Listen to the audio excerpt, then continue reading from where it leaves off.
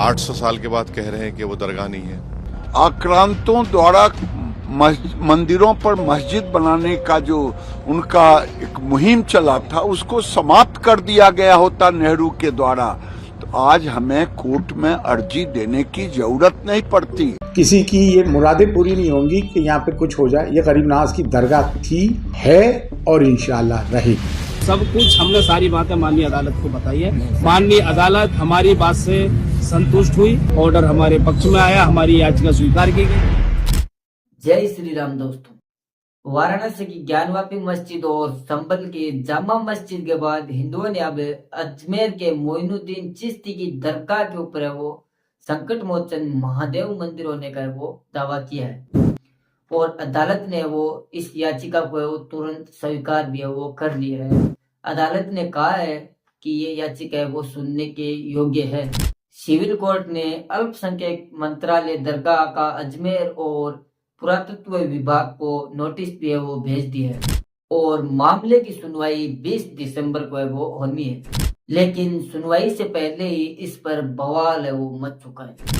अजमेर दरगाह की अंजुमन कमेटी के सचिव सरवर चिश्ती ने बोला है कि इंशाल्लाह किसी की मुराद पूरी नहीं होगी। किसी की ये मुरादें पूरी नहीं होंगी कि यहाँ पे कुछ हो जाए। ये गरीब नवाज की दरगाह थी, है और इंशाल्लाह रहेगी। नमस्कार दोस्तों, स्वागत है आप सभी का आपके अपने YouTube चैनल IHP ऑफिशियल पर, जहां पर हम बात करते हैं हमारे सत्य सनातन धर्म और हमारे हिंदुत्व इतिहास की। तो आज की इस वीडियो में हम डिस्कस करेंगे आपके साथ अजमेर के ख्वाजा मोइनुद्दीन चिश्ती की दरगाह के बारे में। तो जो दरगाह के सचिव है सरवर चिश्ती, उन्होंने कहा है कि इंशाल्लाह किसी की मुराद पूरी नहीं होगी। तो हम वो इस मुराद के खेल से ये वो वीडियो की शुरुआत करते हैं और देखते हैं कि इस दरगाह ने वो कितने लोगों की है वो मुरादें वो पूरी की है। तो सचिव जी ने जो कहा है कि मुराद है वो किसी की पूरी नहीं होगी, तो हम सचिव जी से पूछना चाहते हैं कि सचिव जी आप हमें ये बताइए कि इस दरगाह ने वो मुरादें किसकी पूरी की है। टाइगर श्रॉफ की एक मूवी आई थी हीरोपंथी, और टाइगर श्रॉफ है वो मुराद का टोकरा लेकर है वो इसी दरगाह के ऊपर है वो गए थे, जिसके बाद उनकी मुराद का तो पता नहीं, लेकिन उनकी फिल्म का है वो हीरो और जो पंथी है वो दोनों है वो बिखर कर अलग हो चुके थे। उर्मिला मान तोड़कर सांसद का चुनाव लड़ी थी और मुराद का टोकरा लेकर इसी अजमेर शरीफ की दरगाह के ऊपर है वो पहुंची थी और गोपाल सेठी से वो लगभग 4.5 लाख वोटों से वो हार गई थी। तो उनकी जो सांसद बनने की मुराद थी वो भी है वो आपके मुल्ला जी ने वो पूरी नहीं की, और उर्मिला मानतोड़कर की जो मुराद थी वो कहीं कोने में वो डूबकी पड़ी रही। अशोक गहलोत वो भी मुराद का टोकरा लेकर इन्हीं मुल्ला जी के वो दरगाह के ऊपर गए थे और नतीजा आप सबके है वो सामने। हम सब के प्रिय राहुल गांधी जी भी है वो मुल्ला जी के पास गए थे प्रधानमंत्री बनने की मुराद लेकर, लेकिन अफसोस वो प्रधानमंत्री नहीं बन पाए। और इन सब से वो हमें यह अंदाजा तो लग रहा है कि ये मुल्ला है वो किसी की मुराद है वो पूरी तो नहीं कर पा रहा है, वरना ये जो चिश्ती बिश्ती परिवार है वो वहां पर 2-2 कौड़ी दान के लिए वो भीख नहीं मांग रहा होता। कोई प्रधानमंत्री होता, कोई देश का राष्ट्रपति होता, कोई है वो अमेरिका का प्रधानमंत्री होता, कोई इंग्लैंड का प्रधानमंत्री होता, पर ये जो मुल्ला जी है वो मुरादें पूरी तो है वो नहीं कर पा रहे हैं, तभी तो ये चिश्ती बिश्ती परिवार भीख मांग कर खा रहे हैं। तो ये तो थे मन्नत और मुरादों की बातें। अब बात करते हैं संकट मोचन महादेव मंदिर के इतिहास की और बात करते हैं कि आखिर इस मंदिर को किसने तुड़वाया था और किसने वो वहां पर दरगाह है वो बनवाई थी।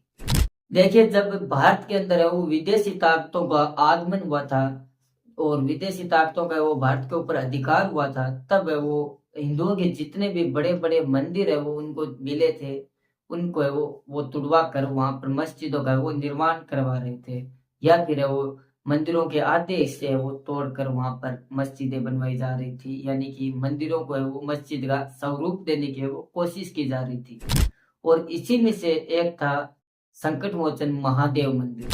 1464 में जब महमूद खिलजी अजमेर के ऊपर अपना अधिकार कर लेता है, तब इस संकट मोचन महादेव मंदिर को तुड़वा कर यहाँ पर है वो मोहिनुद्दीन चिश्ती की है वो कब्र है वो बनवाता है और वहां पर एक गुंबद का निर्माण करवाता है। और आपको मैं बता दूं कि ये सब कुछ हुआ था इस चिश्ती के मरने के 300 साल के बाद, यानी कि जब तक महमूद खिलजी अजमेर के ऊपर है वो अपना अधिकार नहीं कर लेता है तब तक कोई इस चिश्ती बिश्ती के बारे में वो जानता तक नहीं था।